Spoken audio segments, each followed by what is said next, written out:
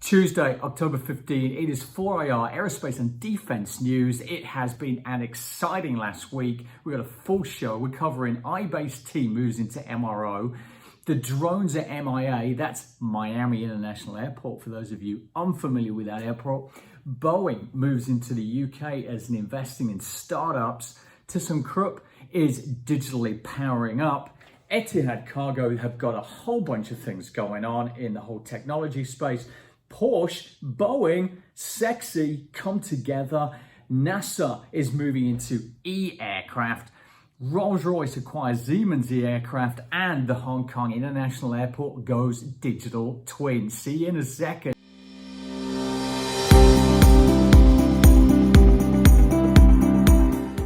Yep. First up, Ibase T announced the launch of Ibase TMRO. It's a maintenance, repair, overhaul software solution for the MRO environment, so very, very familiar for A&D.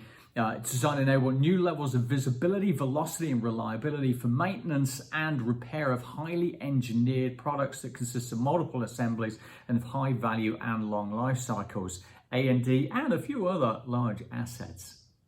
Second up, AAR is starting a one-year trial over at MIA for the Donegal drone for aircraft inspections. Follows demonstrations over the last period of time where various drones this spring, and part of its broader investment, AAR is piling into MRO digitization.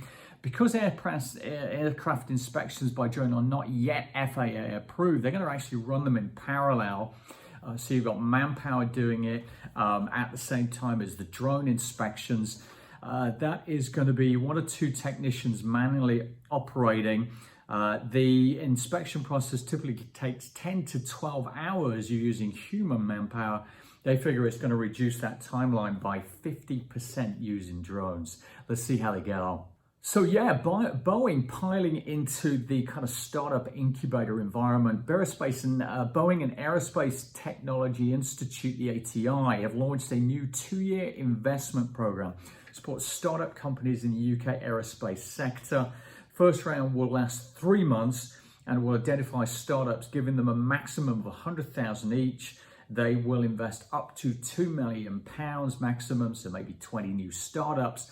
And startups are invited to pitch Industry 4 and sustainability enabling technologies. Good play by Boeing. Gets them getting the whole innovation side of things going for them as well. And we know they need to be doing that. So as it celebrates its first year of digitalization, Etihad Cargo prepares to launch a new range of products to drive the program forward. The quote, Abdullah Mohammed Shadid, the Etihad Group's MD, our digitalization roadmap is only in its infancy. The foundations have been laid for a number of exciting projects in the coming months, including new, soon to launch and state-of-the-art cargo control center, a brand new website and mobile app, dynamic pricing, and APIs to support several new looking channels. They are not going to hold back knowing Etihad. They're going to throw it all at it. Porsche, the automaker, has announced a new partnership with Boeing to develop a flying Porsche. The collaboration will both study the developing market for premium urban air mobility and design a vehicle using technology from Boeing's Aurora Flight Services division, which is already working on electric vertical takeoff and landing vehicles with autonomous capabilities. It's not being pitched as necessarily a flying car or roadable aircraft, but will apparently operate with helipad-type ports. Timeline for possible production vehicle has not been revealed. The report conducted by Porsche Consulting found that this type of transportation is expected to pick up speed, forgive the pun, as soon as 2025. Jumping into a little 3D additive manufacturing, Liberty Steel has begun construction of a powder metals development facility in Teesside, northeast UK. They aim to expand the company's reach in material for 3D printing.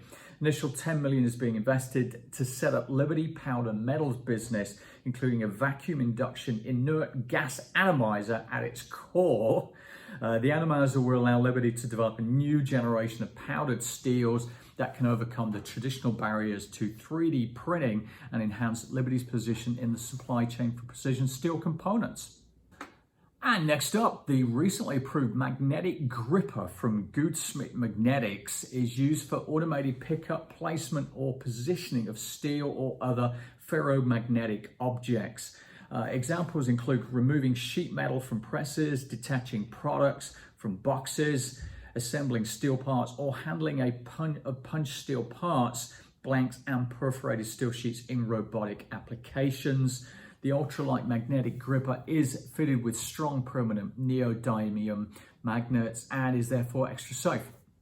It can be used, of course, on gripper on robot arms.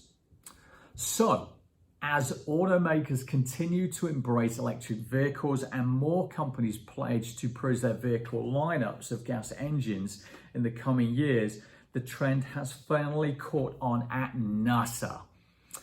NASA doesn't sell cars, of course, but the space agency does use many fuel-burning machines across its various projects, and its new X-57 Maxwell aircraft is a sign that the change is afoot.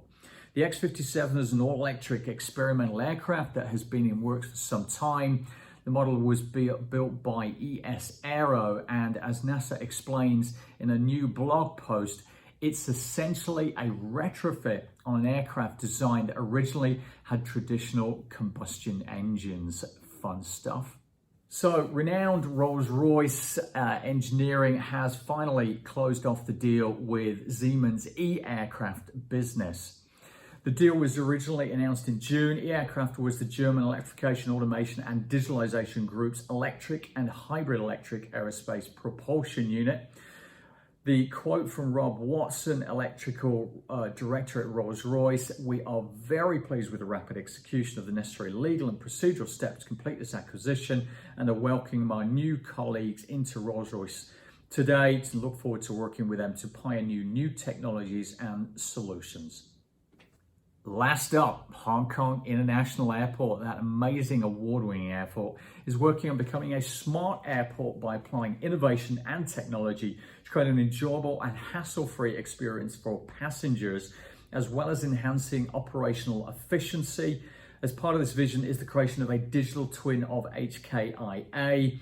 Creation of the HKIA digital twin first started with the BIMs of HKI linked with various operational data from the airport's asset management system, which is integrated with a geographical information system, GIS, map to create the static state of the digital twin. That's it. A&D done. See you in a week's time. Have a great day, and hopefully see you tomorrow with the latest smart manufacturing news for Industry 4.